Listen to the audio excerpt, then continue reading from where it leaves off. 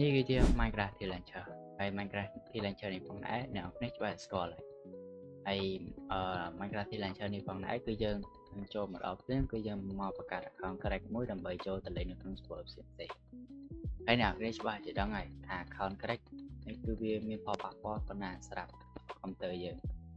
ហើយអ្នកនរច្បាស់ជាដឹងថារបស់ល្អគឺវាមិនដែល free របស់ free គឺវាមិនដែលល្អចឹងឯនឹងផងដែរគឺខ្ញុំមិនណែនាំ client ទាំង3ដែលស្រាប់ឲ្យអ្នកនរចូលមកលេងនេះ Minecraft ហើយធ្វើឲ្យ computer អ្នកនរមានសុវត្ថិភាពផងដែរមកអូខេឥឡូវខ្ញុំនឹងមកប្រាប់អ្នកនរអំពី client ទាំង3ហ្នឹងហើយមុននឹងអ្នកនរទៅដល់ client ទាំង3ហ្នឹងយកមកលេងអ្នកនរត្រូវមាន account premium សិនតែ account premium ដូចអ្នកនរដឹងហើយគឺយើងត្រូវទិញវាហើយតម្លៃវាក៏មិនថ្លៃហើយក៏មិនថោកណាស់ដែរគឺសមរម្យហើយសម្រាប់ខ្ញុំបើយើងទិញមួយគឺយកមកលេងបានរហូតកុំឲ្យតែយើងជាប់បែមនៅក្នុង server ផ្សេងៗឥឡូវខ្ញុំនឹងមកប្រាប់អ្នកនរអំពី client ទាំង3ដែលអ្នកនរគួរ download យកមកលេងអូខេអ្នកនរច្បាស់ជាដឹងហើយមុននឹងយើងចូលទៅដល់ client ទាំង3ហ្នឹងគឺយើងត្រូវមាន account premium សិនតែ account premium កន្លែងខ្លះគឺលក់ថ្លៃមែនទេអញ្ចឹងខ្ញុំមកលក់ឲ្យអ្នកនរធំទេថ្លៃវាគឺត្រឹមតែ$12ទេ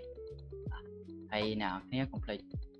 ចូល link Telegram ហើយទៅខ្ញុំមកតែខ្ញុំធ្វើ account premium ឲ្យអ្នកនរចូលលេងបានយកមក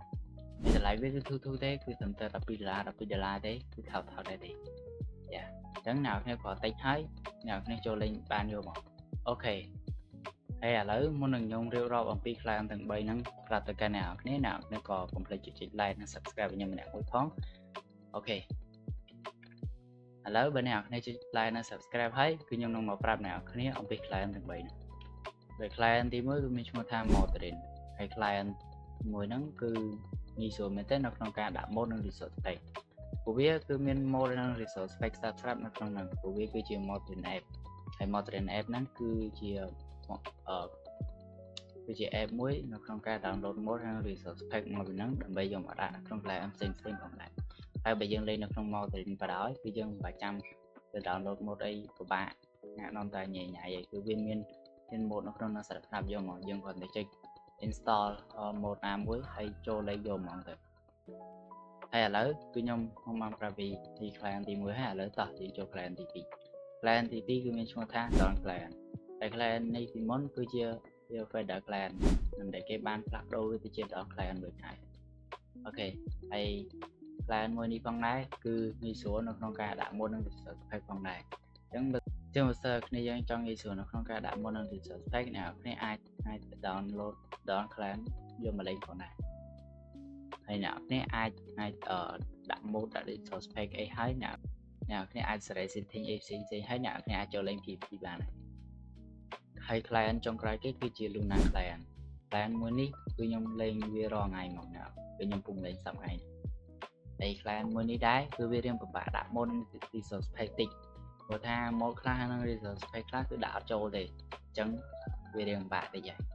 តែបើសិនគ្នាយើងគាត់អត់ត្រូវការ mod និង resource pack អីច្រើនគាត់ចង់ដាក់ឲ្យមក smooth ហើយនឹងមកល្មមលេងអីអាចមកលេងនៅ Luna client បានអូខេសរុបជារួមទៅ3 client នេះគឺជា client ទាំង3ដែលខ្ញុំ recommend ឲ្យអ្នកគ្នា down វាយកមកលេងថ្ងៃសម្រាប់អ្នកដែលមាន account premium អូខេហើយវាគឺអត់ពិបាកដាក់អីប្រហែលទេសម្រាប់ client ទាំងអស់ហ្នឹងបើសិនយើងចេះដាក់ mod និង resource pack ហើយគឺវាអត់មានអីពិបាកមកកាន់យើងទេហើយ client នីមួយៗគឺដូចតែគ្នាទេការលេងអីហ្នឹងតែក៏វាខក client ខ្លះនឹងបើដាក់ mod ហើយនឹង resource pack ហើយ client ខ្លះគឺងាយស្រួលដាក់អីចឹងណាអញ្ចឹងអ្នកនរគ្នាគាត់ថាពេញចិត្តមួយណាអ្នកនរគ្នាអាចលេង client មួយហ្នឹងទៅក្នុងចំណោម3 client ហ្នឹងអូខេឥឡូវវីដេអូយើងដល់ទីបញ្ចប់ហើយយើងនឹងជួបគ្នានៅវីដេអូក្រោយៗ